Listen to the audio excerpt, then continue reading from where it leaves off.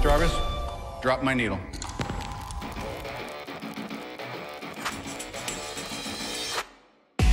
Bonjour, je suis Bruno Soulez, je suis un dev, D-E-V, pour différents, extraordinaires et visionnaires. Bienvenue dans If This Then Dev, le podcast qui veut résoudre le problème avant de passer au dev. Chaque semaine, je recevrai un expert pour décoder un sujet ou une tendance de notre formidable métier d'artisan du numérique. Sans en faire un tuto, nous parlerons d'une techno ou de notre quotidien de dev. Une discussion sans boucle, sans condition, mais compilée, afin d'en comprendre tous les éléments avant de passer au dev. Ce podcast est une production Cosa Vostra, où nous codons comme nous accompagnons nos clients, en étant différents, extraordinaires et visionnaires. On le dit partout, on le dit souvent, les devs sont très demandés. D'ailleurs, je ne doute pas que nombre d'entre vous reçoivent régulièrement des messages de recruteurs pour un nouveau job toujours plus merveilleux.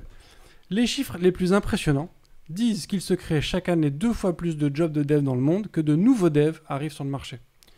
Cette pénurie semble donc être là pour durer. Pourtant, le taux de chômage chez les devs est sensiblement le même que dans le reste de la population. Mais alors, cette pénurie est-elle réelle? Le code est-il une nouvelle ruée vers l'or? Et surtout, quelles sont les solutions?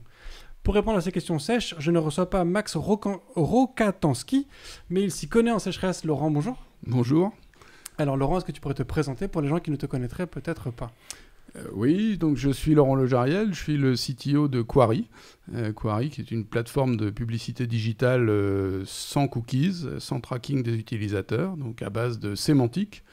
Et donc on diffuse de la publicité en fonction du contexte de la page au moment où l'utilisateur est le plus concerné. Par le passé, j'ai commencé à faire du dev, j'ose pas le dire, sous VI en C, il y a quelques années dans des grosses plateformes de facturation télécom.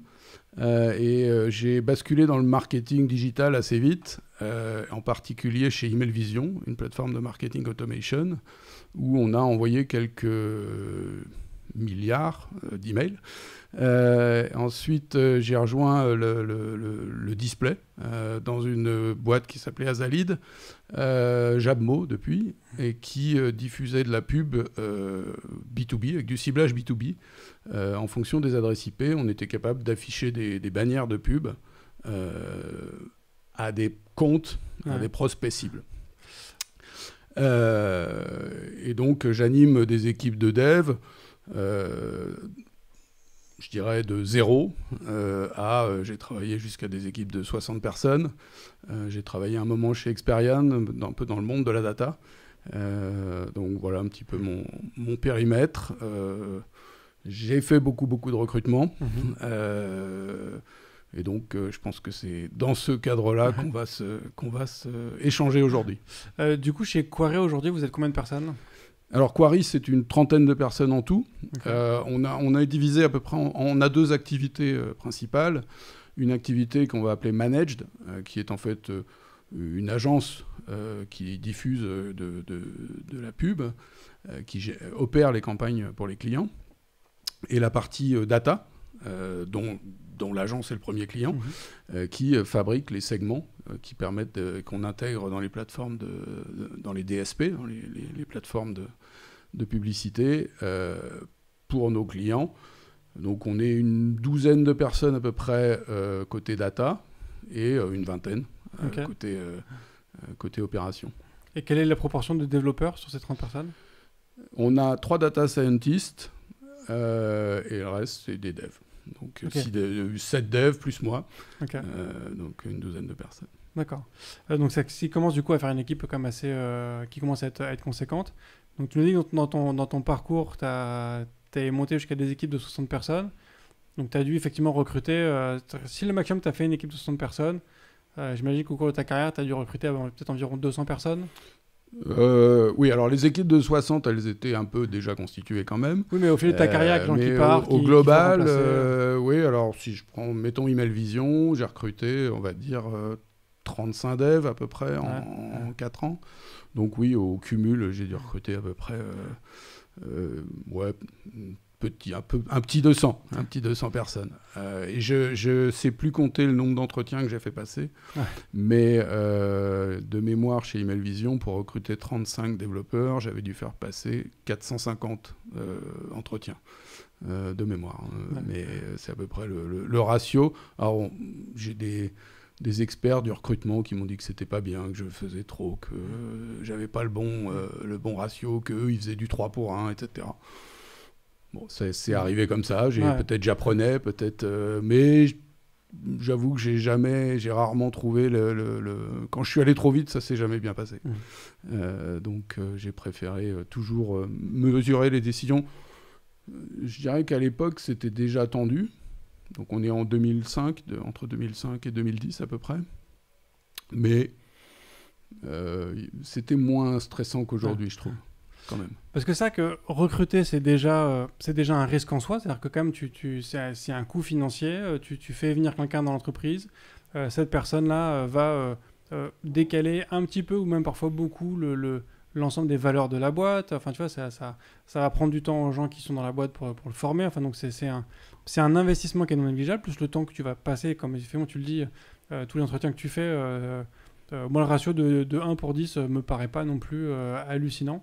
Donc tout ça prend du temps. Donc déjà, recruter, c'est un risque. Et c'est vrai que le marché des devs, si on peut avoir cette expression de marché des devs, mais le marché du recrutement des développeurs, c'est un marché qui est très tendu, effectivement, comme tu l'as dit. Du coup, toi, à quel niveau tu ressens le plus cette tension? C'est une difficulté à trouver des candidats, à trouver le bon candidat, ou c'est un problème de rémunération, de disponibilité, Je dirais que c'est un peu les trois. Trouver des candidats, c'est pas simple. Il n'y a qu'à voir je peux te montrer mon fil d'email. Un email sur 3, c'est un recruteur qui m'envoie le dernier profil le plus fabuleux qu'il ait trouvé. Petit message au recruteur, c'est pas la peine de m'envoyer des profils qui correspondent pas à ma stack techno. Ça, on le dit tous. Le nombre de messages que je reçois aussi qui me proposent des projets de dev. Donc, petit message off. Donc ça, effectivement, trouver des candidats, c'est effectivement déjà un sujet. En plus, je pense, je me reprojette quand j'étais développeur moi-même, jeune, on va dire. Les technos étaient beaucoup plus simples. On faisait du C, on faisait de l'assembleur, on faisait des choses. On travaillait sur le kernel, où on travaillait. Il n'y avait pas beaucoup d'UX, il n'y avait pas de choses comme ça. Aujourd'hui, les technos, les métiers, il y a une variété de métiers que je pense les recruteurs n'ont pas forcément compris. On me dit toujours, j'entends toujours, il me faut me recruter des techs. Ça veut absolument rien dire. Et donc, la qualification des développeurs, et donc trouver le bon dev, même les bons profils déjà au départ, c'est déjà quelque chose. Parce que entre un jeune qui a fait ses études et puis qui a fait ses 2-3 mois d'école 42, qui va être considéré comme un tech, et puis un moins jeune qui sort qui a fait 10 ans chez Criteo avec des algos hyper compliqués et des systèmes de données absolument faramineux. On est sur deux mondes complètement hermétiques et complètement différents. Donc trouver les bons profils, c'est un exercice en soi. Et expliquer à un recruteur ou à un partenaire, quel qu'il soit, le profil qu'on cherche, c'est encore plus compliqué parce qu'on est quand même pas très nombreux à faire la différence entre le Python, le Node, le Java, etc. Et expliquer ça à une personne qui n'a pas du tout ce contexte, c'est assez... Pour elle, un dev, c'est un dev. Ouais. Je résume la phrase de ma recruteuse fétiche en interne. Donc voilà, c'est assez difficile de proposer ce sourcing. Mais alors du coup, quand on voit une telle difficulté justement à trouver des candidats, est-ce que ce serait pas plus simple de se dire, tu sais quoi, effectivement, je cherche un dev, la techno, je m'en fous, et je le formerai en interne à ma techno? Alors, on peut faire ça avec, donc je rappelle qu'on est 12, donc avec la contrainte que moi j'ai besoin d'incorporer des gens qui vont être opérationnels vite j'ai pas beaucoup de latitude et de ressources pour accompagner les devs. Malheureusement, dans des petites structures, soit et c'est peut-être quelque chose qu'il faudrait que je fasse d'ailleurs, soit on déploie un budget, entre guillemets, soit on déploie un temps, on dédie un temps à l'accompagnement des plus juniors et pour les accompagner, soit j'ai besoin de gens immédiatement opérationnels. Donc c'est un peu cette ambiguïté qu'il faut qu'on trouve. Mais oui, pourquoi pas. Après, le risque augmente. C'est-à-dire, plus on prend un profil ouvert, plus le risque que tu évoquais il y a quelques minutes grandit. Ouais. Parce que, d'abord, est-ce que la personne va se plaire ? Est-ce que ce qu'on va lui proposer comme tech va lui plaire ? Je pense qu'on reviendra là-dessus. Et ensuite, est-ce qu'il sera capable d'appréhender les problématiques qu'on va avoir ? Oui, parce qu'apprendre, c'est aussi compliqué en soi. C'est aussi une compétence au final. Exactement. Et alors du coup, sur ce que tu évoquais, sur cette difficulté à trouver des candidats, pourtant quand on regarde, le taux de chômage chez les développeurs est grosso modo le même que pour le reste de la France. Donc ça veut dire qu'il y a quand même un nombre de devs qui sont présents. Comment tu expliques pour toi, c'est que ces devs-là, en fait, ce ne sont pas des devs qui sont suffisamment compétents. Et du coup, il y aura, ce qui est normal, il y a forcément un taux de chômage normal dans tout métier. Ou est-ce que c'est, en fait, il y a tellement de technos, ce que tu évoquais tout à l'heure, il y a tellement de technos différentes qu'en fait, c'est juste des devs qui ont fait le choix d'une techno qui n'est pas suffisamment demandée sur le marché. Alors, j'ai pas la réponse absolue. Je vais faire trois anecdotes. J'ai reçu il y a peut-être une semaine ou 2 semaines une annonce, je ne sais plus quelle banque, qui recrute des développeurs COBOL. D'accord. Donc, il y a un besoin. Et donc là, je pense que, pour le coup, il y a 0 chômage chez les développeurs COBOL, paradoxalement. Je pense qu'il y a une partie structurelle au chômage, où voilà, on peut se lancer dans le freelance en bénéficiant d'un inter-CDI, je vais appeler ça, et se dire, tiens, je vais peut-être essayer quelques mois de freelance et du coup déclarer son chômage. Il y a peut-être les 6 mois d'embauche où on se dit, je vais faire j'ai mes enfants ont 25 et 22, donc ils ont fait des écoles de commerce, mais je sais qu'ils se font un petit break à la fin de leurs études, même s'ils ont fait un gros break pendant leurs études. Donc ils se font des petits breaks comme ça. Bon, voilà, j'imagine qu'il y a un côté structurel. Donc après, ce qu'il y a en plus,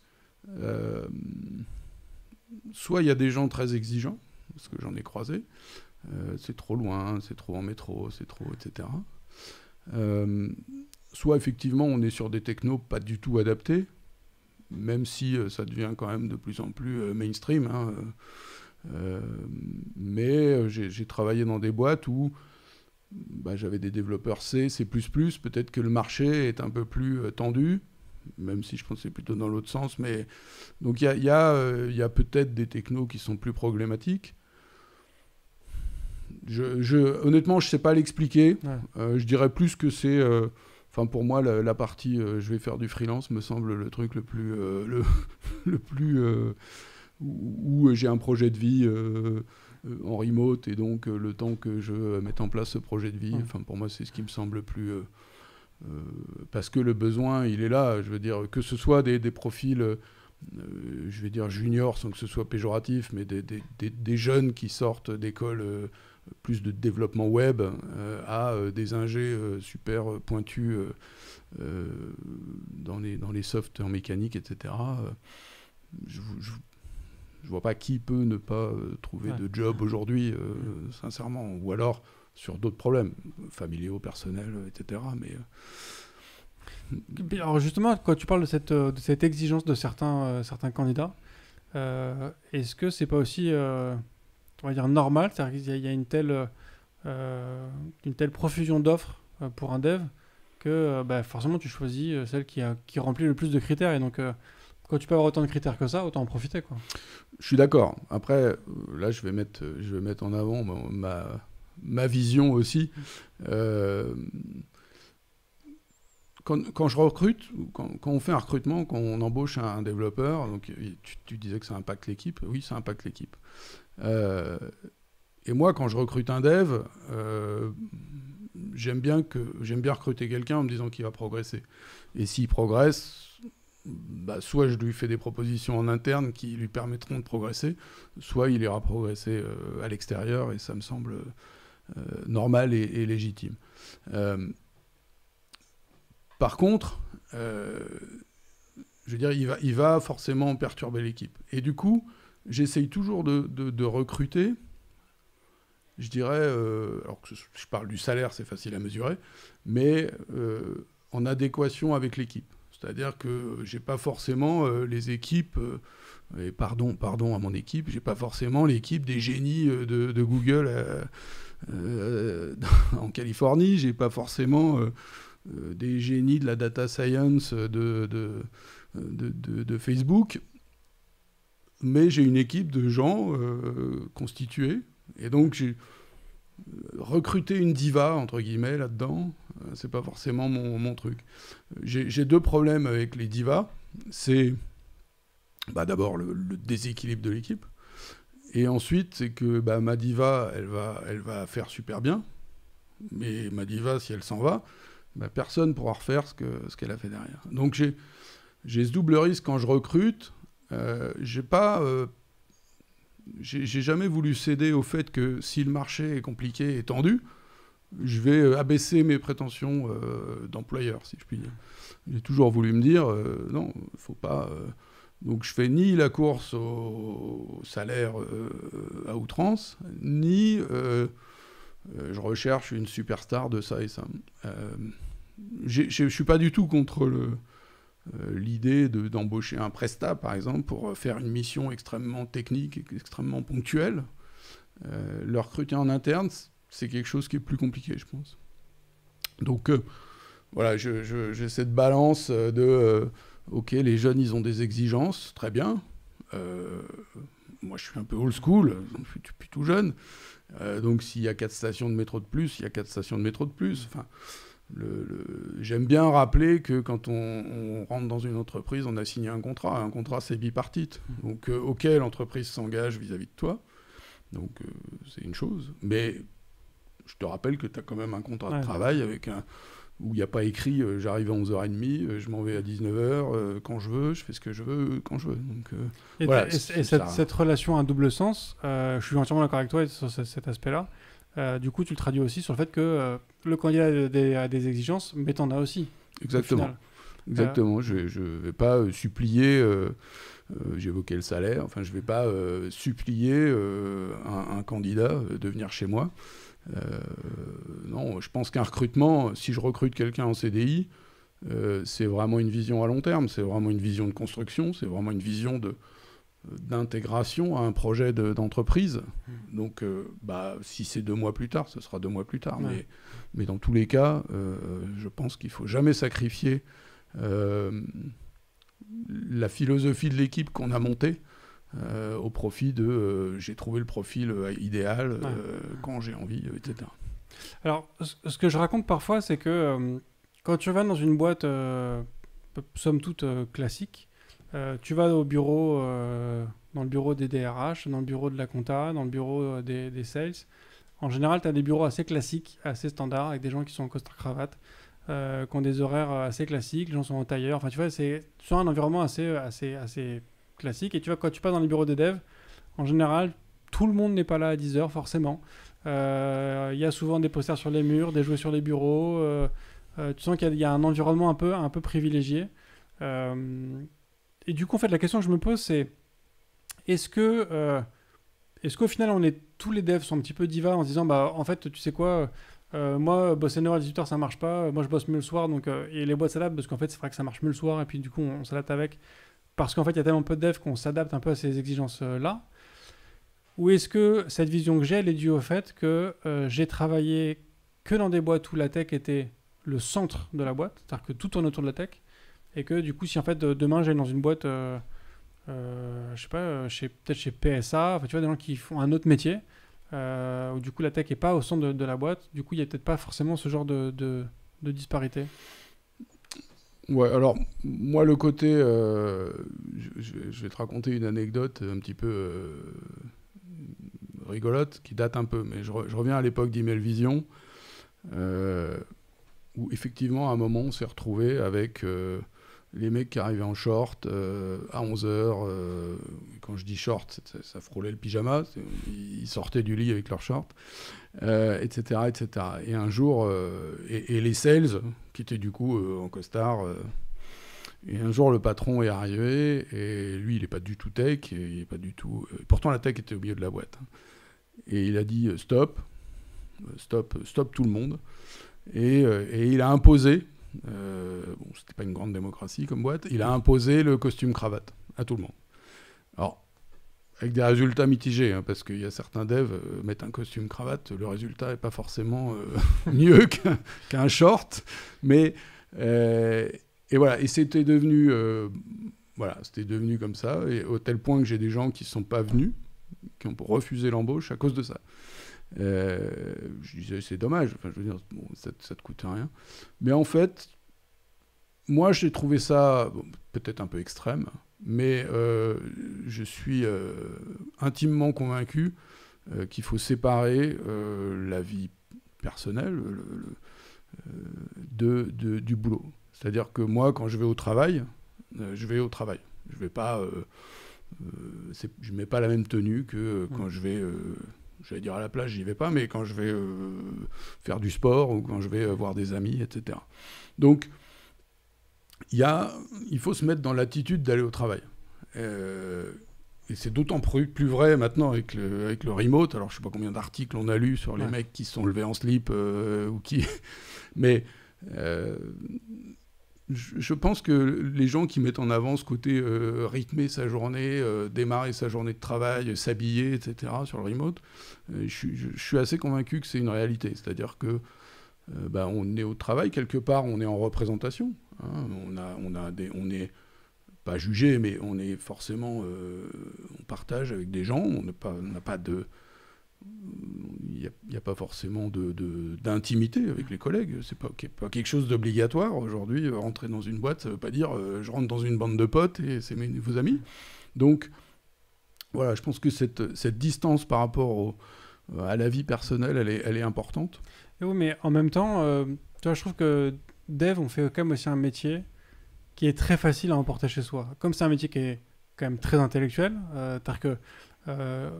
je pense que j'ai besoin de l'apprendre à personne dans ceux qui écoutent ce podcast que le métier de dev, c'est en partie écrire des lignes de code et en grande partie concevoir des systèmes et compagnie. Donc, la machine à penser, on ne l'arrête pas en fait. On passe notre temps, au final, on bosse un peu en permanence, on ne s'arrête jamais vraiment de bosser. Et je pense que c'est aussi pour ça qu'on n'a pas envie de devoir mettre un costard cravate, parce qu'en fait, quand on rentre chez soi, en général, on continue quand même à mouliner sur des trucs, à penser à des implémentations. Ouais, je suis d'accord avec toi. Alors, je suis peut-être mal placé pour juger. Moi, j'ai eu des enfants très jeunes, donc avant de commencer à travailler, en fait. Donc, j'ai commencé à travailler avec des enfants. Donc, quand tu as des enfants, c'est pas que ce soit bien ou pas bien, hein, mais quand tu as des enfants, forcément, il y a un moment, le code, tu l'arrêtes et tu vas faire la purée jambon.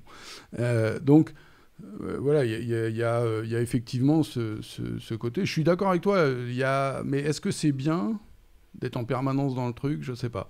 Je pense que le cerveau, il a besoin de périodes où il fait autre chose. Complètement. Alors, est-ce que la PlayStation repose? Je sais pas. Mais en tout cas, je pense qu'il y a des moments où il y a besoin de débrancher. Je suis d'accord avec toi, les devs, ils codent un peu tout le temps, c'est une passion souvent. Mais je pense que ça n'empêche pas de garder un peu ces espaces, à mon avis. Enfin, c'est personnel, mais... Et aujourd'hui, si je prends l'équipe que j'ai, c'est pas des gens qui vont coder le soir. On peut arriver à échanger le week-end ou le soir sur un sujet, mais c'est pas une religion. Je veux dire, j'ai plus beaucoup de devs vraiment geeks entre guillemets qui vont coder tout le temps ou qui vont. J'en ai pas trop eu récemment. Mais c'est vrai que oui, il y a j'ai eu des développeurs qui arrivaient le matin et disaient « Ah, j'ai à coder ça, regarde, etc. » J'ai moins d'exemples récents. Okay. Mais bon, voilà, après, je veux dire, il y a des nerfs dans notre bureau. Bon, j'ai pas de... Tant que ça reste, je dirais, décent, et tant que la bataille de Nerf prend pas 2 matinées par semaine, ça me pose pas de problème. Donc pour toi, la limite, elle est à 2 matinées par semaine. 1 par semaine, ça passe. Si tu veux. C'est pas mal. Si tu veux. Je ferai pas écouter au patron. Il y a un autre aspect aussi sur cette pénurie. Est-ce qu'on manque vraiment de devs, ou est-ce que ce dont on manque, c'est des ingénieurs de 2-3 ans d'expérience?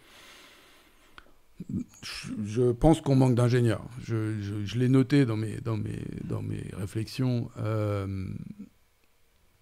Le dev aujourd'hui, quand j'ai fait mes études, on apprenait à coder. Il y avait une grammaire, il y avait une complexité du langage.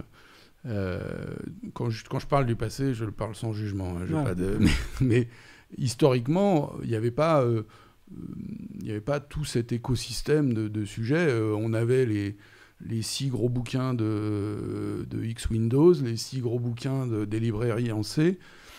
On achetait les librairies en C et on codait les choses autour de ça. Donc il y avait des voies beaucoup plus tracées, et c'était vraiment... les machines étaient moins puissantes, donc on devait coder des choses qui tournaient sur l'environnement qu'on avait. Je dirais l'écosystème, moi je l'ai vu avancer depuis une vingtaine d'années. L'écosystème, il a largement évolué. Et aujourd'hui, faire du dev, moi, mes gamins qui ont fait une école de commerce, ils savent faire un site, ils savent prendre un fichier Excel, faire un script en Python et sortir 3 analyses de données. Est-ce qu'ils se font du dev? Je ne sais pas. Donc dans ce sens-là, je te rejoins. Faire du dev, bon, tout le monde, tu fais du WordPress, tu vas coder 3 lignes de Python, et puis 3 lignes de Node, et puis au bout d'un moment, tu arriveras, ou de PHP, et puis au bout d'un moment, tu arriveras à faire ton dev, et il y a plein de gens qui codent comme ça. Je pense qu'on manque plus, effectivement, d'ingénierie. On n'a pas c'est souvent ce que je dis aux devs. Je leur dis, mais attendez, trouver un gars qui va faire du Python, je peux trouver partout. Et beaucoup moins cher. Trouver quelqu'un qui va penser au produit, penser à la plateforme en se disant, aujourd'hui j'ai 1000 clients, demain j'en aurai combien? Faut que je sache. Est-ce que je vais vers 10 000 clients? Ou est-ce que je reste à 1000? Est-ce que je vais vers 10 000? Est-ce que j'ai 100 000 ou 1 million? On n'a pas les mêmes problématiques. J'ai une problématique de coût. Est-ce que ce que je vais implémenter, si demain je ne suis plus là, qui va le reprendre? Est-ce que c'est viable? Je peux mettre toutes les machines que je veux, mais est-ce que si mon produit me rapporte 10 000 € par mois, je vais acheter un serveur à 8 000? Non, pas forcément. Donc toute cette logique, je dirais, produit, et là pour le coup je mets en avant les responsables produits, toute cette logique de produit, je pense que les développeurs, du coup ingénieurs, doivent l'appréhender. Ouais. Moi je dis souvent, quand on fait des choix techno avec des équipes, je leur dis ok, alors combien il y a de... Montrez-moi les FAQ, montrez-moi les forums de cette techno. Il y a 4 mecs dans le monde qui connaissent la techno. Peut-être que... C'est pas un bon choix. Déjà, on trouve pas de dev. Si en plus, on prend la techno la moins répandue du monde, oui, mais l'autre truc, c'est plus machin, ça fait pas ci, ça et ça. Ouais, ça fait pas, mais il y a 10 000 devs. Donc, déjà, je les amène à poser ces questions-là. Ensuite, il y a une question que j'aime bien amener les devs à se poser, c'est rendez-vous compte que vous coûtez 500 € par jour. Les devs, souvent, ils sont pas très pragmatiques. Et toujours pas, d'ailleurs. Il y a plein de devs qui me disent ça, on va le coder. Je dis, non, regarde la boîte à côté, elle le fait, ça vaut 3000 balles, on va l'acheter, et toi, tu vas faire autre chose pendant ce temps-là. Donc, toutes ces réflexions-là, elles sont pas...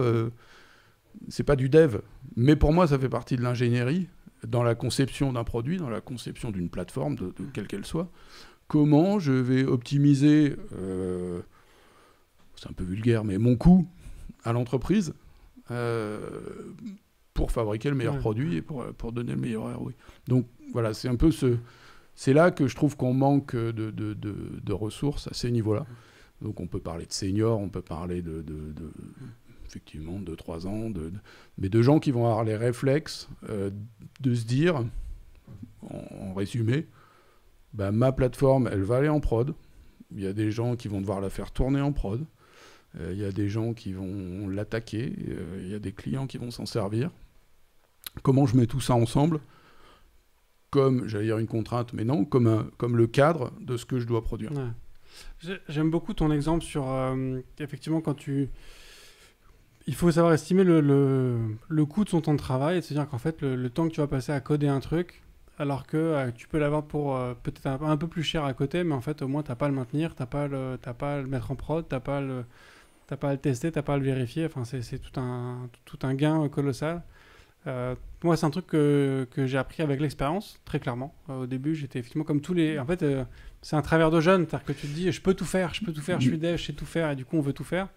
Et puis en fait, au bout d'un moment, tu réalises que tu dis, oui, je peux tout faire, mais en fait, je préfère me concentrer sur ce qui m'intéresse. Et du coup, avoir des gens indirectement qui sont, eux, qui bossent sur une solution donnée et qui, du coup, la maintiennent. Mais donc, du coup, de ce que je comprends, et je suis d'accord avec toi, il y a un besoin de dev expérimenté.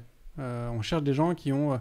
alors, tu as employé le terme ingénieur, mais j'imagine qu'on n'est pas arrêté de formation forcément sur une formation d'ingénieur. Oui, j'ai pas parlé de diplôme. C'est pas le diplôme qui m'intéresse, c'est le câblage. Exactement, si c'est une certaine expérience, une certaine maturité, on va dire, dans le métier. Là-dessus, je te partage entièrement. Et en même temps, il y a un travers... Alors, ça fait 10 ans que j'entends dire, ça va mieux en France, c'est en train de changer. Mais ça fait 10 ans qu'on me dit, c'est en train de changer. C'est que... un dev ne doit pas faire du dev trop longtemps, sinon il a raté sa carrière. Il faut qu'il devienne chef de projet, il faut qu'il devienne chef d'équipe. Et du coup, grosso modo, à partir de 5 ans d'expérience, un dev qui fait encore du dev, il commence à être mal vu. 10 ans d'expérience, tu fais encore du dev, t'es mal vu. Pendant 10 ans, on considère que tu as raté ta carrière, que machin et compagnie. Tu as du coup un plafond de rémunération, c'est-à-dire qu'un dev qui a plus d'expérience, il a une espèce s'il veut progresser en salaire, il faut qu'il passe manager.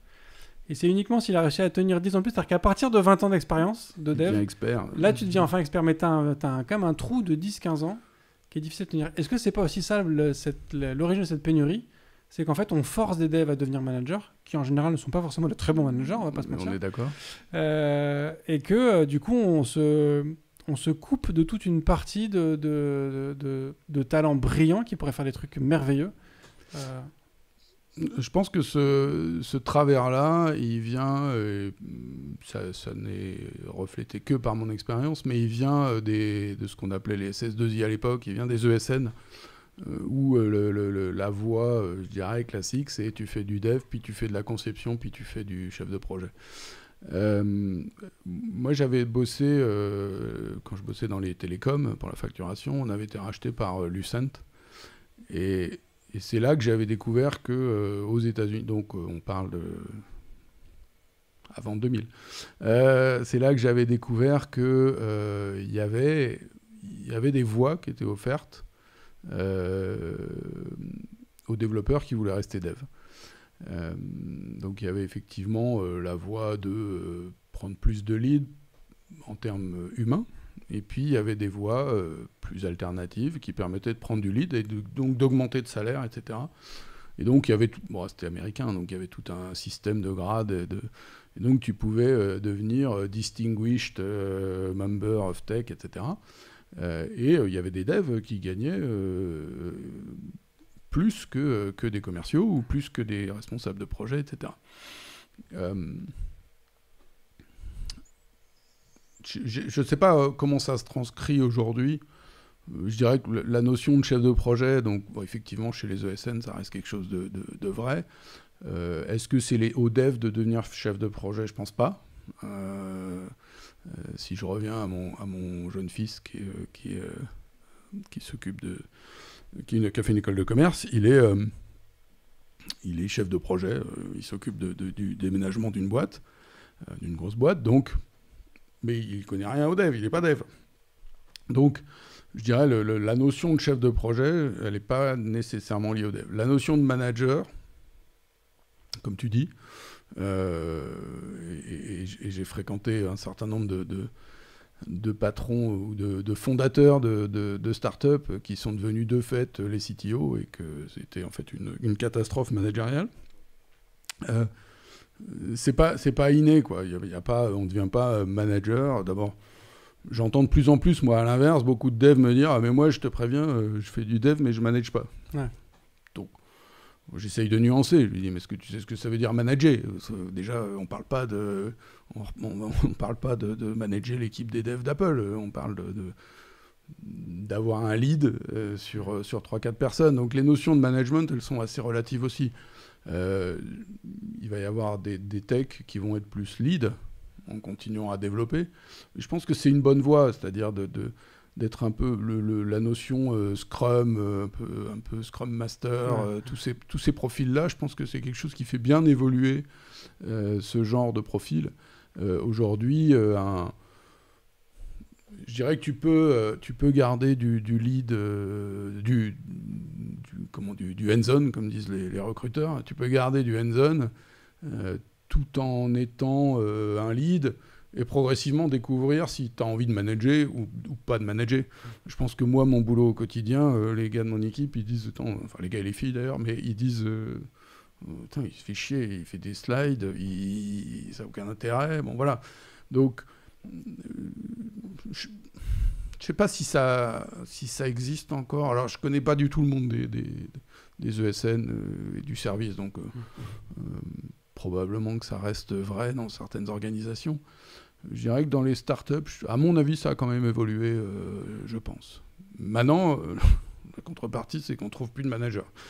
Et puis personne ne veut manager des équipes de dev, c'est-à-dire y a de moins en moins de gens qui sont prêts à s'investir. Ouais, mais moi je gère pas le recrutement, mais moi je gère pas le machin, mais moi je gère pas il y a beaucoup de jeunes que je rencontre qui me disent ouais, mais moi manager, si c'est pour gérer les congés, je dis oui, enfin merci pour mon rôle, mais je ne fais pas juste gérer le planning des congés.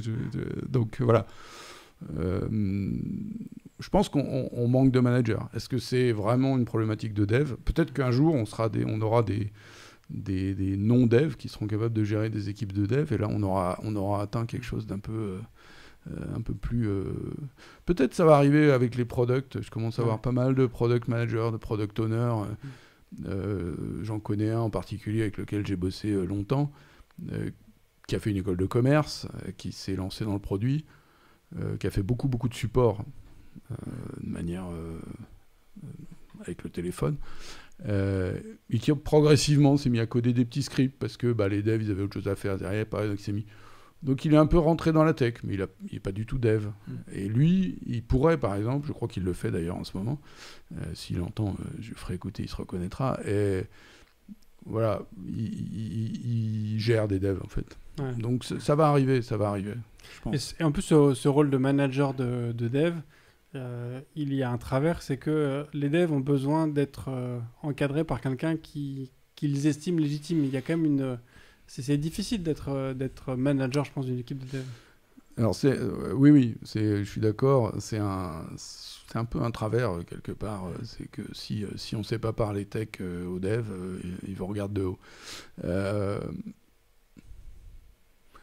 Faut gagner cette légitimité d'une manière ou d'une autre. Je pense que le plus beau, pour moi, la plus grosse réussite d'un manager, c'est pas tellement que les devs respectent entre guillemets leur manager, c'est plutôt que y ait une espèce de. Moi, je préfère que mon équipe je vais être jeune, me calcule pas.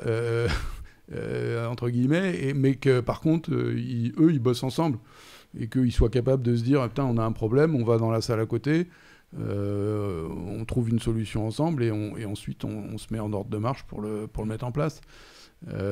Moi, c'est ce que j'essaye de donner aux devs. Le travers d'un manager qui connaît à fond le métier du truc, et là on va retomber sur les CTO fondateurs qui ont fait le code du truc au départ. Attends, tu fais pas bien là, tu fais pas bien le truc, je vais te montrer comment on fait. Donc c'est un peu ce travers-là, et du coup c'est plus du management, c'est du cocooning ou du micromanagement, comme on veut le dire. Je dirais, oui, pour devenir manager, le plus gros shift à faire, c'est d'accepter que d'autres gens puissent faire mieux que soi. Ça, c'est pas forcément simple quand on est soi-même tech. Ça, c'est le premier. Et la deuxième chose, c'est d'accepter soi-même de ne plus faire de dev. Et ça, parfois, ça peut être compliqué. Parfois, c'est compliqué. Mais voilà, après, pour revenir à ta question, j'aimerais bien que ça évolue. Est-ce qu'on a besoin d'être respecté techniquement pour être compris ? Je pense que ça existe toujours. Mais j'ai bon espoir que ça puisse évoluer. Alors du coup, sur les aspects recrutement, avant de faire cet enregistrement, on a fait l'enregistrement du compilé, l'épisode 110 avec Olivier, qui a travaillé chez Apple. À moins d'être Apple, il y a aussi une difficulté dans le recrutement, c'est que t'es pas forcément une grosse boîte, pas forcément connu. Donc t'as aussi cette complexité-là pour convaincre les gens de rejoindre une aventure. Toi, du coup, pour faire face à cette pénurie et réussir quand même à motiver les gens à rejoindre Quarry, c'est quoi, c'est quoi pour toi les éléments qui font la différence quand t'es pas un GAFA ? Alors, GAFA ou pas GAFA, je pense que si on est Blablacar, si on est Le Bon Coin, bon, ça donne un... je pense qu'il y a plusieurs formes de développeurs. J'ai rencontré des développeurs qui étaient... fan de, je dirais, la BNP de manière un peu générique, donc de grosses organisations très structurées, avec une sorte de, je dirais, de garantie, entre guillemets, de l'emploi, même si je pense que ça n'existe plus nulle part. Mais, donc, déjà, pour rentrer dans une boîte comme Quarry, il faut avoir une appétence pour des structures un petit peu start-up. Donc ça limite déjà, j'ai pas de pourcentage, mais ça limite déjà à peu près à la moitié de la population potentielle de gens qui veulent rentrer dans ce genre de boîte. Donc pour attirer, au-delà du nom, alors je vois toutes les annonces là avec des baby-foot, avec des je sais pas quoi, des drinks, machin, bon. Une PlayStation. La salle de sport, ok. Bon, ça tout le monde le fait, donc ça attire pas plus que... le remote, on n'en parle même plus, parce que de toute façon c'est passé dans les mœurs, enfin c'est acté, bon, sauf le full remote qui est encore un petit peu plus compliqué à gérer, mais donc le remote, bon, c'est plus un argument en soi, quoique j'ai entendu parler de boîtes qui recrutent sans remote, enfin, ou remote interdit. Donc il y en a encore. Donc peut-être ça peut être un contre-courant. Donc pour les attirer, le secret, c'est la complexité entre guillemets de la plateforme. C'est-à-dire qu'est-ce qu'on va avoir à relever comme challenge. Donc chez Quarry, on fait de la pub. Donc la pub, c'est des milliards et des milliards de data qui rentrent. C'est acheter 5000 bannières par seconde, c'est des algos ultra rapides. Ça va être, par exemple, sans rentrer dans le détail, mais les bannières de pub qu'on voit, que tu peux voir sur Le Monde ou sur Le Figaro, etc., sont vendues aux enchères en temps réel. Et donc, on a la totalité de l'enchère se déroule pendant le temps de l'affichage de la page dans le navigateur. Donc, l'échelle de temps pour chaque étape du process, c'est 10 millisecondes.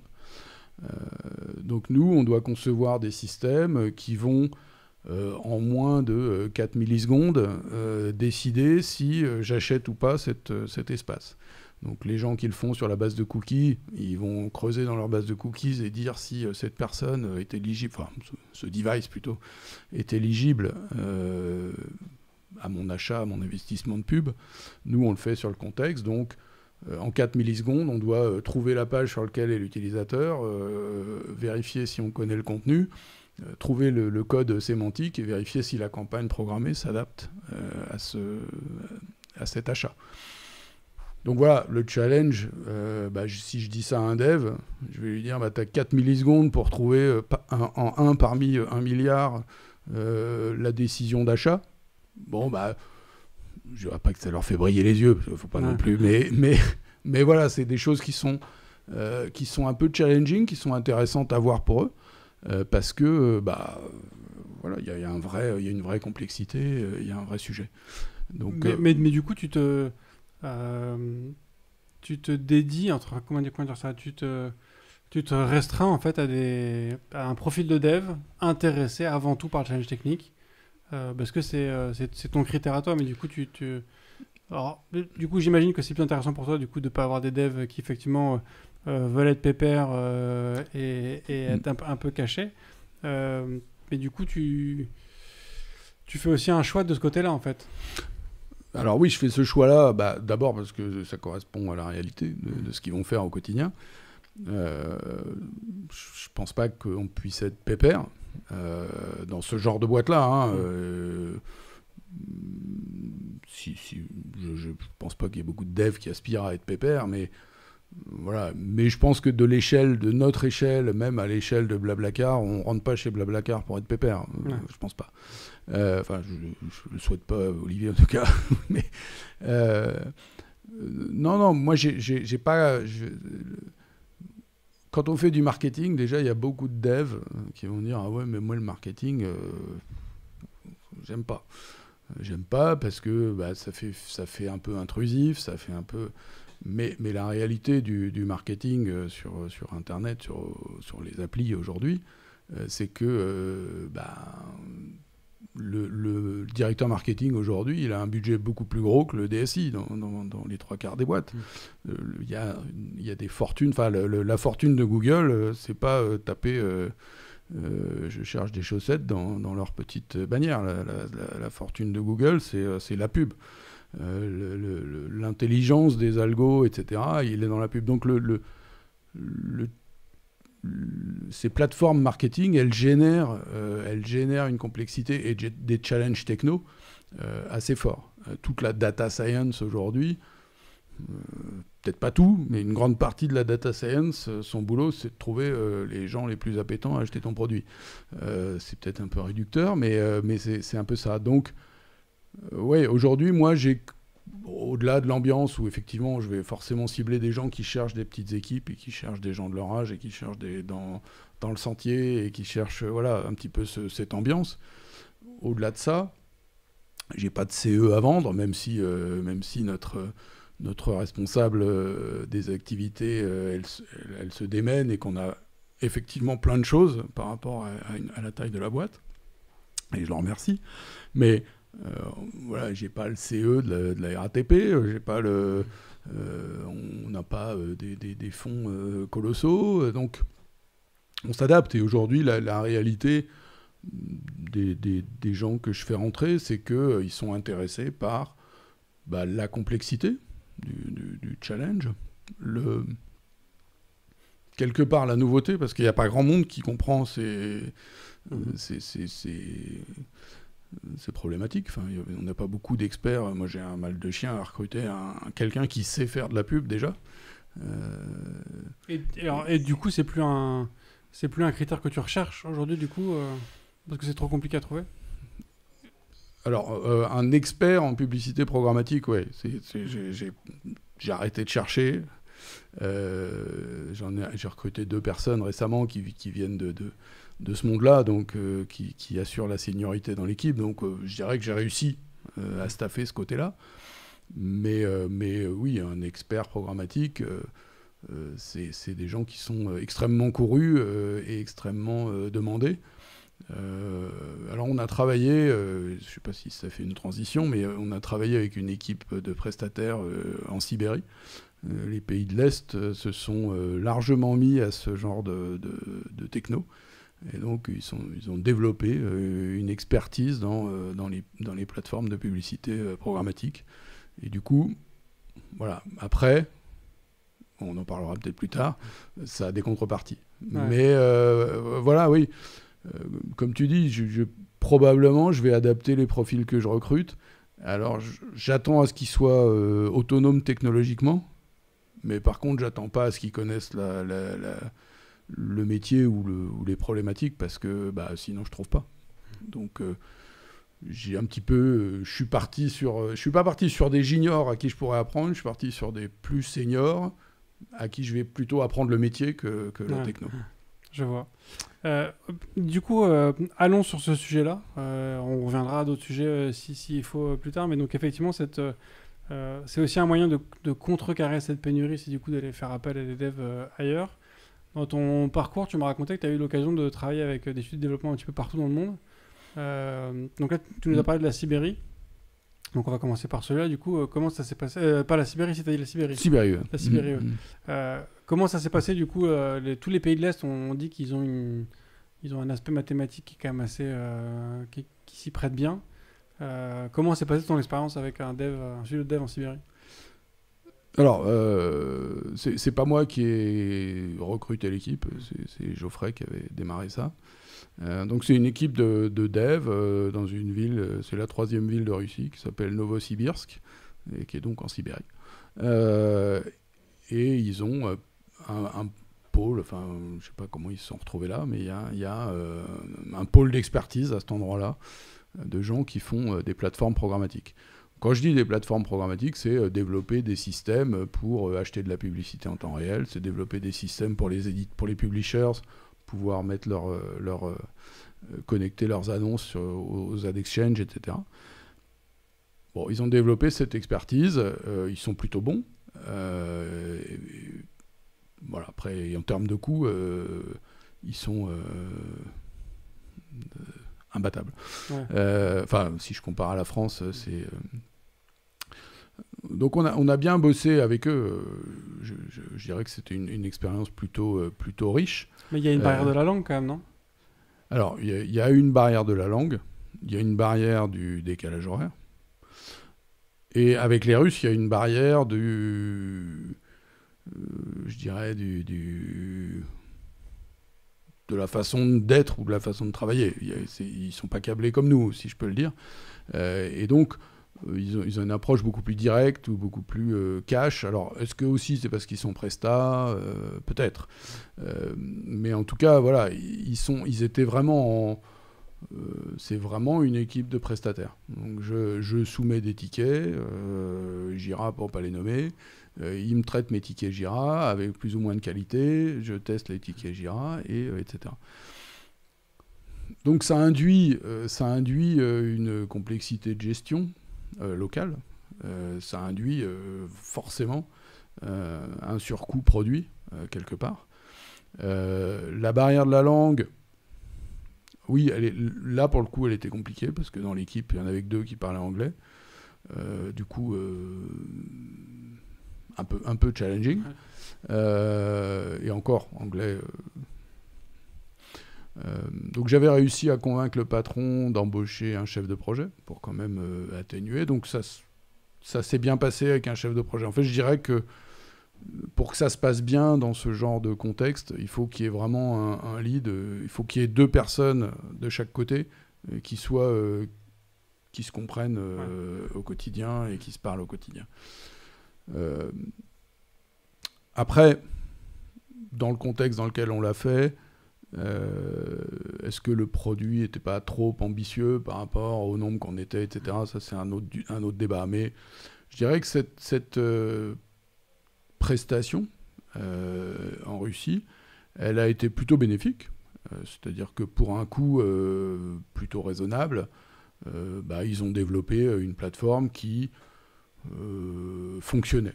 Je dirais plutôt un MVP qu'un produit fini. Je pense pas que j'aurais pu passer avec eux. Alors, pour d'autres raisons, on a arrêté cette partie du produit. On est basculé sur des produits packagés. Mais je pense pas que j'aurais pu basculer en mode prod avec eux. En mode produit, au sens où j'ai fait des releases. Je livre. On évoquait Apple pendant la première partie. Et je pense pas qu'on aurait pu faire ce bascule en prod avec eux. Sur quel aspect? Parce que c'est en termes de qualité de travail produit, ouais, en termes de qualité. Alors, on a eu... après, peut-être qu'on a mal géré la chose, mais on a démarré le projet avec leur super senior. Donc, le mec, il codait tout seul. Donc, 0 problème. Le mec, il code, il l'a fait 10 fois. Il produit le truc, il commit, ça marche. C'est beau, c'est propre. C'est beau, c'est propre, etc. Et puis on a commencé à aller un peu plus loin, à rajouter des features, etc. Mais le super senior, il était parti sur un autre projet pour démarrer un autre projet super senior. Et donc on s'est retrouvé avec des moins super seniors. Et du coup, la qualité baisse. il faut plus de suivi, il faut plus de tests, il y a plus d'incompréhension, puisqu'ils ne parlent pas la langue. Donc même si on écrit les reports en anglais, il faut que quelqu'un traduise le bug, etc. Donc forcément, dans les chaînes de... On retrouve un peu ce que tu évoquais tout à l'heure avec la diva, en fait. C'est-à-dire qu'il fait un truc super, mais dès qu'il s'en va, en fait, c'est un château de cartes qui tombe. C'est ça. Alors, c'était vrai dans notre contexte. Je ne peux pas généraliser. Est-ce que ça a été vrai partout?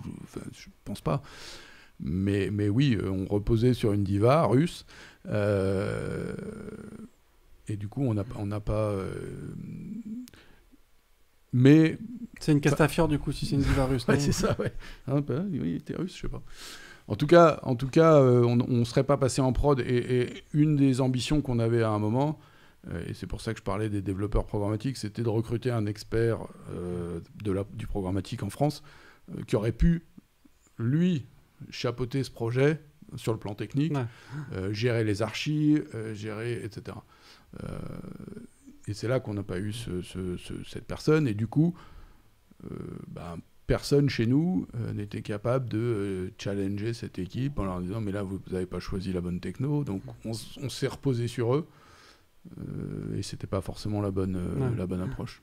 Alors, dans ton parcours, tu me racontais que tu as eu l'occasion aussi de travailler avec un studio de dev en Inde et un plutôt mais en Méditerranée, donc plus proche de nous. Tu peux nous raconter un peu ces différences Alors, Inde, j'ai pas d'expérience directe. C'est pas moi. Moi, j'ai pas travaillé directement en Inde, hein, mais j'ai fait plusieurs benchmarks pour travailler là-bas. Et j'ai travaillé à l'époque des télécoms. On a travaillé avec des gens là-bas. Donc, j'ai un peu de vécu par rapport à la gestion des projets en Inde. L'Inde, la problématique, c'est d'abord la langue. Qui est quand même compliqué. La langue, je mets la culture, hein, mais c'est compliqué. Je pense que l'Inde, c'est valable pour des économies d'échelle. C'est-à-dire qu'on veut déployer 1000 gars et on met l'armada en face pour déployer 1000 gars. L'Inde, si on est une start-up, c'est beaucoup trop compliqué. C'est beaucoup trop compliqué. D'abord, il y a une culture où le gars, s'il n'est plus là le matin, c'est parce qu'il est allé en face, parce qu'il y a Google ou parce qu'il y a Oracle. Donc là-bas, on est en face de Google, d'Oracle, de Capgemini, de tous ces gens-là. On ne peut pas vraiment lutter. Donc, moi, j'ai jamais vraiment, dans les startups, essayé d'aller là-bas. Monter un centre de dev de 300, 200, 300, 400, 500 personnes, oui, mais ça demande, c'est pas des startups qui font ça. Ouais. Donc ça, oui, j'ai rencontré aussi une personne qui bossait chez Criteo, qui avait essayé pareil de monter un centre au Vietnam, avec la même complexité, les mêmes résultats. Non, l'expérience que j'ai eue personnellement, j'en ai eu une au Brésil, pas forcément en Méditerranée, mais au Brésil où là, on avait effectivement, on trouvait pas de dev et on a essayé de monter une équipe projet là-bas. Et je reviendrai peut-être sur les raisons de l'échec, mais on n'a pas réussi à mettre en place. On a duré 1 an avec un succès mitigé. Et cette équipe, en fait, elle s'est vidée parce que le Brésil, c'est le fuseau horaire des US. C'est juste en dessous des US et c'est un peu leur terrain de chasse. Et moi, j'avais monté un bureau là-bas. Et un jour, il y a IBM qui a monté un labo en face. Ils sont tous partis chez IBM. Donc, voilà. Maintenant, j'ai bien aimé l'expérience. J'ai bien aimé travailler avec les Brésiliens parce qu'en termes de qualité, en termes de langue, c'était relativement simple. Il n'y a pas trop de décalage horaire. Okay. Et culturellement, c'est relativement simple. Enfin, on a des priorités assez communes. Méditerranée, c'est pareil. J'ai des expériences avec plusieurs amis. Alors, il y a Méditerranée, il y en a 2. J'ai bossé chez Experian où on avait un bureau en Bulgarie. À Sofia, enfin c'est pas forcément en Méditerranée, mais où là c'est un peu la même logique que l'Inde. C'est des économies d'échelle, donc j'envoie un manager européen, il monte le truc, il recrute 500 personnes et tout va bien. Non, la bonne... donc l'Europe de l'Est, on l'évoquait. L'Europe de l'Est, le sujet, c'est que l'offre, elle est pléthorique, quoi. Il y a, je sais pas si dans ton LinkedIn, combien tu as de demandes de prestataires d'Europe de l'Est. C'est assez incroyable. Donc, c'est difficile. C'est quoi le bon prestataire polonais ou ukrainien, beaucoup. Et puis, on connaît pas du tout le marché là-bas. Voilà, moi, j'ai pas du tout de cette expertise. Donc il y a le Maghreb qui est une bonne approche parce qu'il y a des bonnes écoles. Moi j'ai bossé avec beaucoup de gens d'Algérie et au Maroc et en Tunisie. Donc c'est un bon mix, si je puis dire, parce que c'est assez facile d'y aller, c'est assez facile en termes de coûts, c'est relativement simple de monter des équipes là-bas. Donc c'est une largement plausible pour une petite boîte en France de s'étendre un peu et d'aller chercher des devs là-bas. La principale complexité, peut-être que c'est en train d'être adressé, je n'ai pas étudié le sujet, c'est la langue. C'est l'anglais, quoi. Si on a besoin de parler anglais, je généralise pas, je n'ai pas de la prétention mais c'est moins commun, c'est moins facile. En revanche, il n'y a pas de décalage, ils parlent français pour le coup, donc c'est plutôt bénéfique.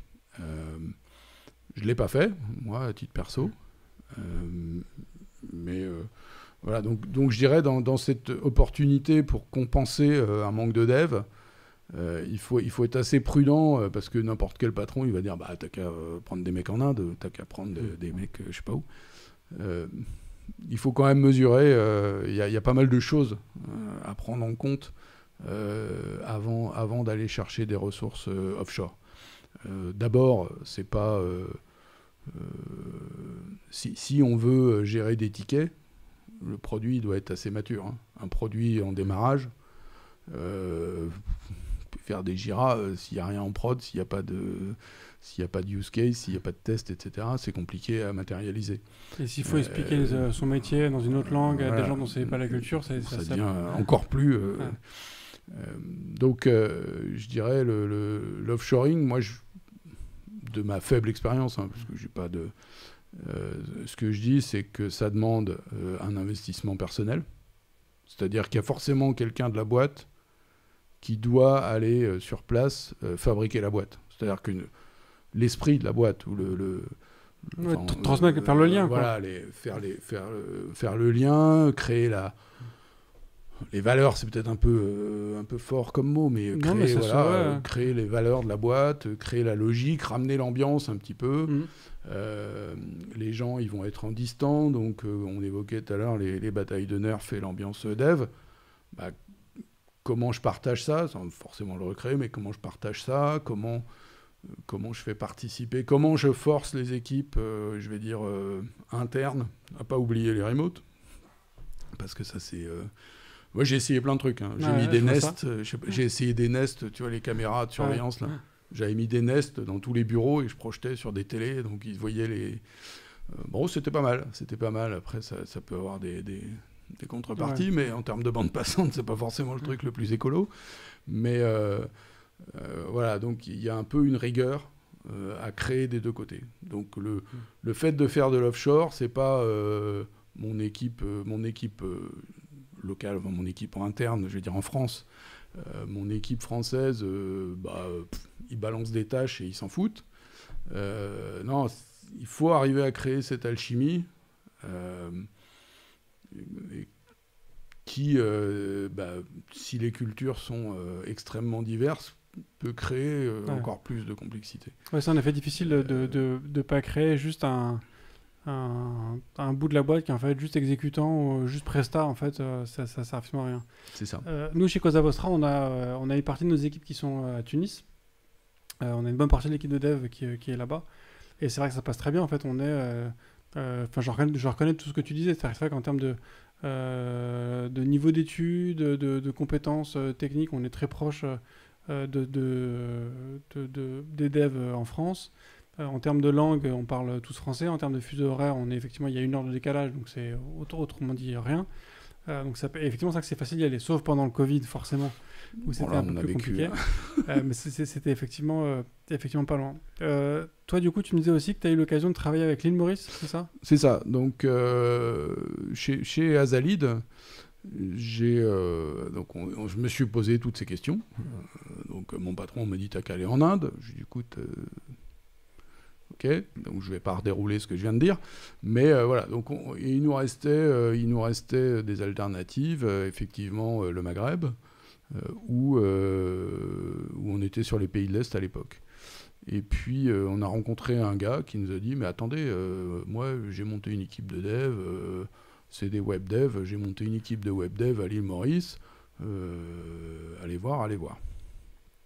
Et quand je te parle d'investissement personnel, c'est que mon patron, il est arrivé le vendredi, et il me dit, viens, non, il est arrivé un jeudi, et il m'a dit, tiens, demain, on va voir ce monsieur, il va nous expliquer ce qu'il a fait. Donc, nous voilà partis le vendredi. On est ressorti de là et il m'a dit lundi tu peux aller à l'île Maurice. Donc voilà un petit peu en termes. Alors quelque part j'ai la chance d'être vieux, donc j'ai plus de logistique de biberons et de dîner à préparer. Néanmoins j'ai une vie de famille et donc bon, on a un peu, je schématise en disant je suis parti le lundi, mais ça devait être mi-novembre et je suis parti avant Noël, une semaine, préparer, évaluer, faire un petit peu l'étude à l'île Maurice. Et en fait, c'est ce qui a emporté notre choix. C'est d'abord, d'un point de vue, j'évoquais la langue par rapport au Maghreb. Ouais. Donc à Maurice...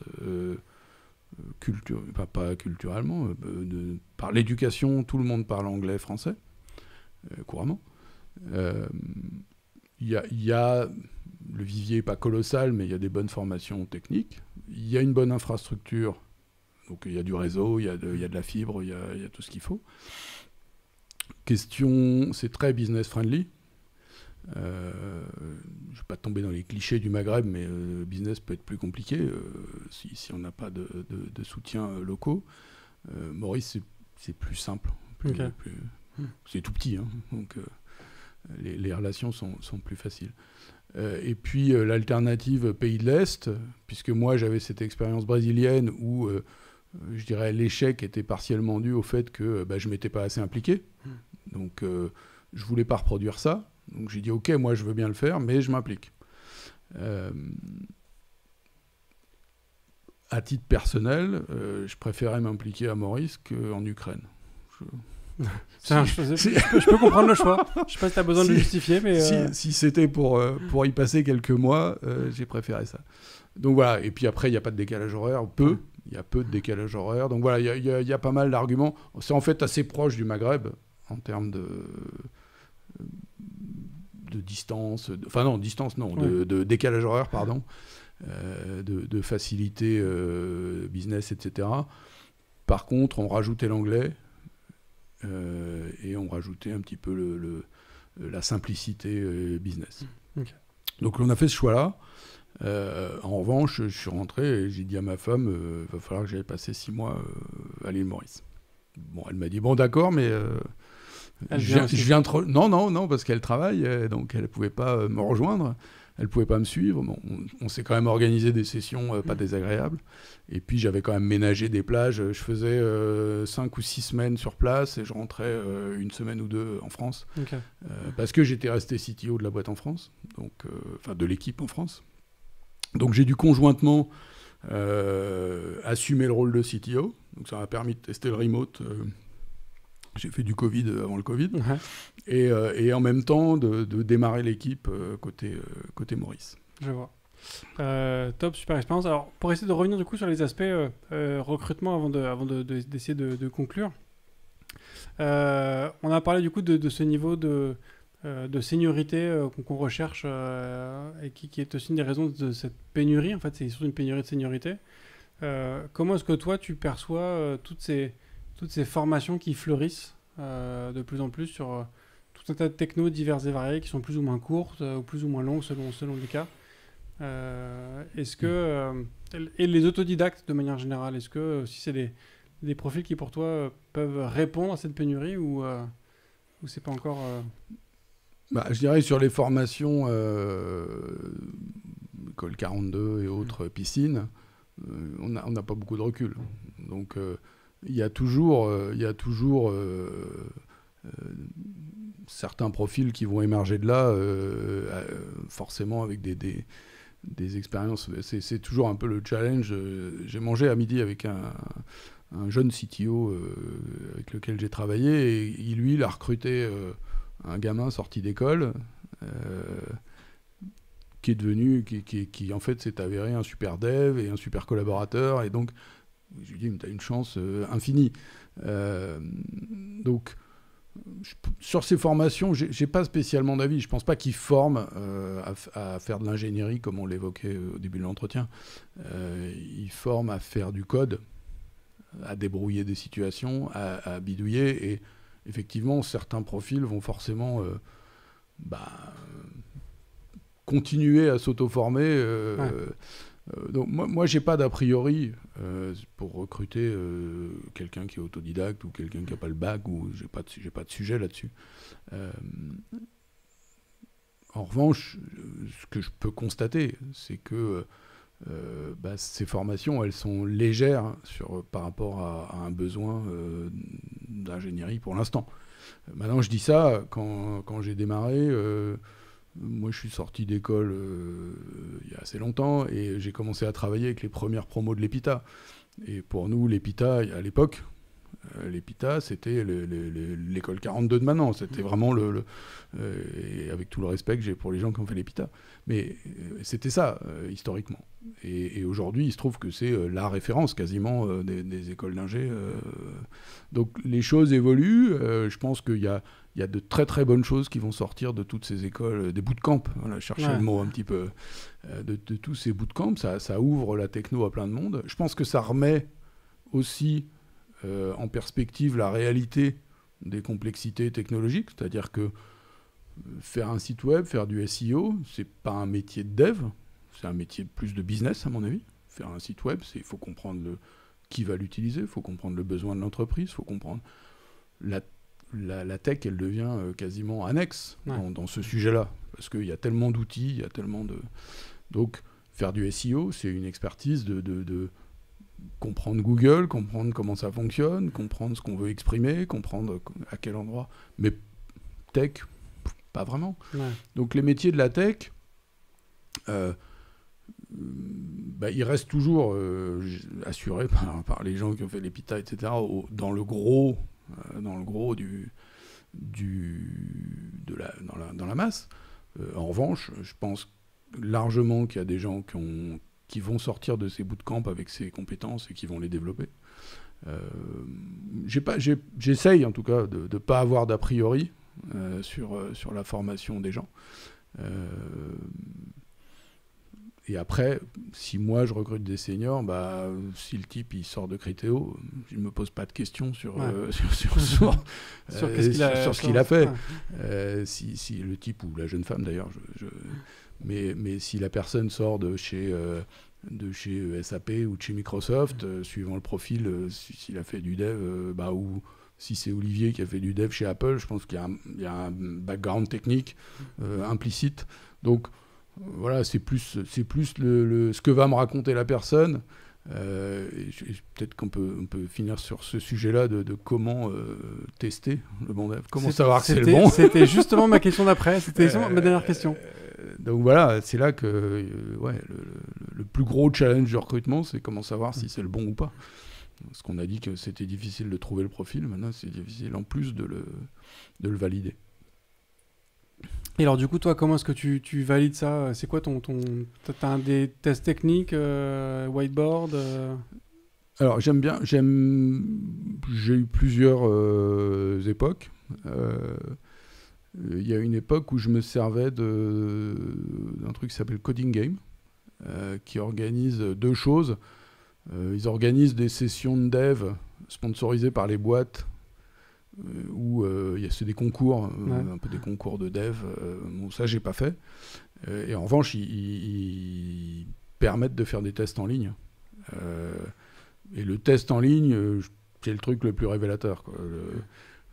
La personne va te dire, moi, je sais faire du Java. En 3 questions, tu vas valider. C'est pas un jugement, c'est juste est-ce que l'expérience de cette personne est adaptée à mon besoin.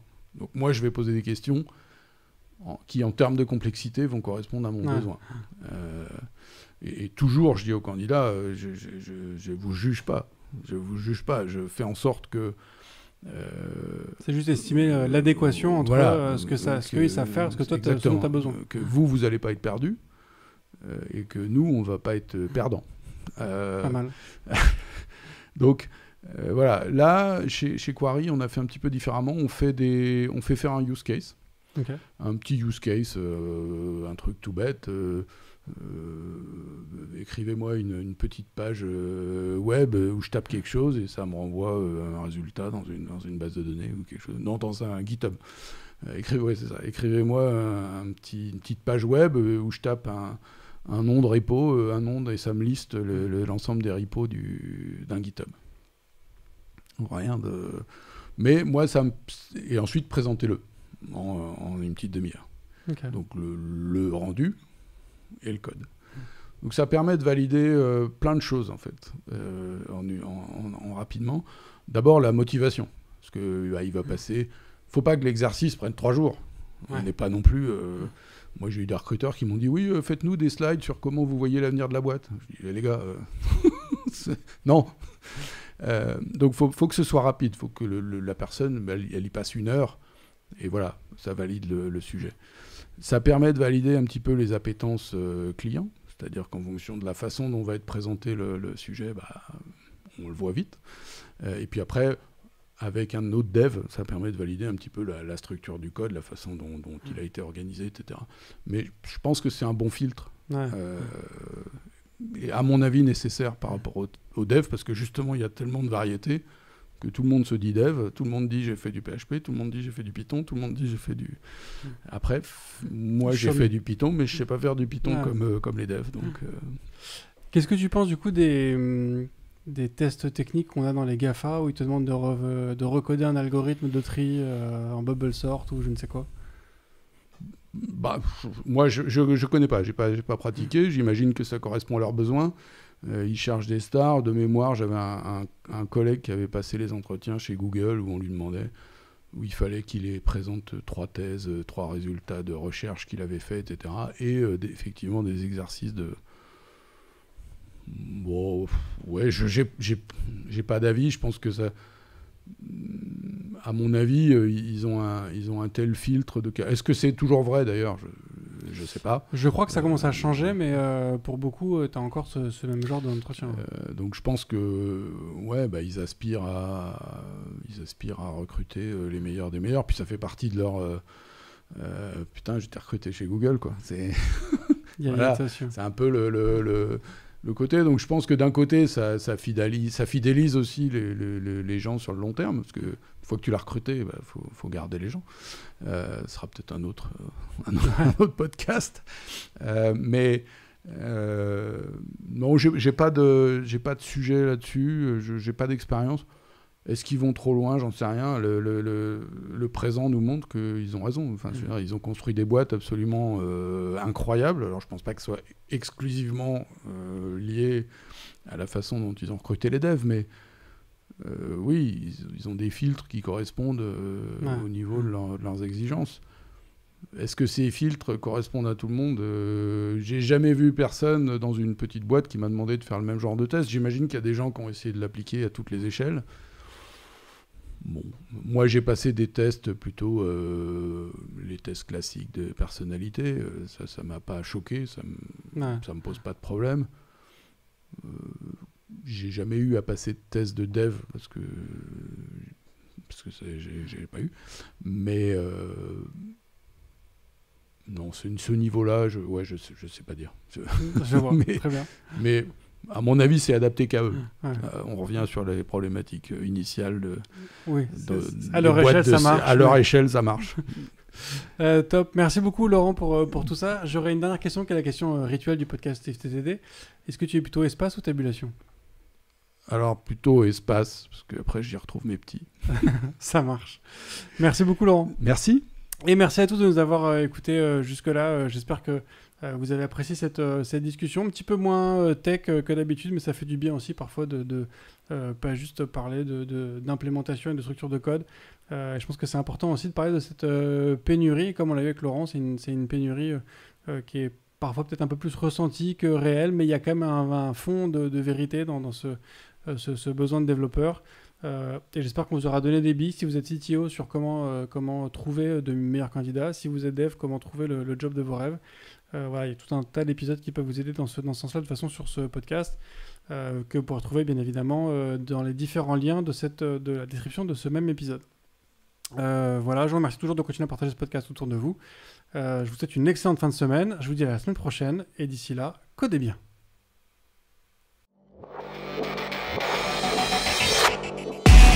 Merci d'avoir écouté cet épisode de If This Then Dev et merci à toute mon équipe de Cosa Vostra à la production de cet épisode. Merci aussi à Alan, Ada, Linus, Bill, Steve et Steve de nous avoir ramenés jusqu'ici. Si ce podcast vous a plu, committez-vous en vous abonnant, déployez-le autour de vous et vous pouvez aussi nous faire une petite code review en nous laissant 5 étoiles sur votre plateforme de podcast préférée. La conversation continue bien sûr avec vous sur Twitter, LinkedIn, Facebook, Instagram, chacun sa techno, @ifthisdendev ou @bibear, BIBEAR. Vous retrouverez aussi tous nos épisodes sur notre site iftttd.io. Et enfin, si vous avez besoin d'une agence pour vous accompagner ou si vous souhaitez rejoindre une équipe tech passionnée et passionnante, écrivez-moi sur bruno@cosavostra.com. Merci à tous.